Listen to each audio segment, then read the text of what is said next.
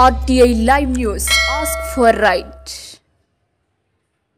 నమస్తే RTI live news కి స్వాగతం.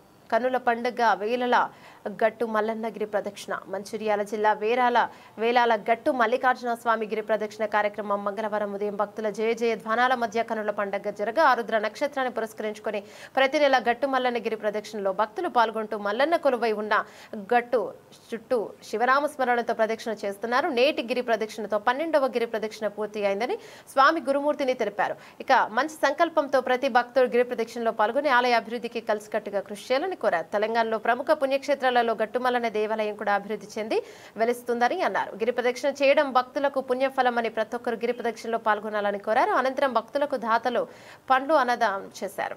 మనకి గిరి ప్రదక్షిణ అంటే తిరువన్నామలై అరుణాచలం తమిళనాడులో అందరికి తెలుసండి. మన తెలంగాణ సైడు గిరి ప్రదక్షిణ వరకు తెలియండి.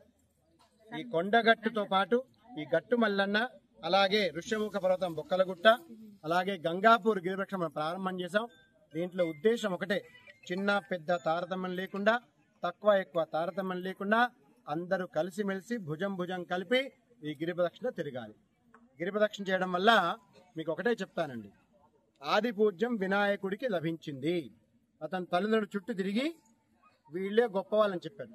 ఈ భారతదేశం గొప్పది, మేమందరం కలిసిమెలిసి ఉండి దేశం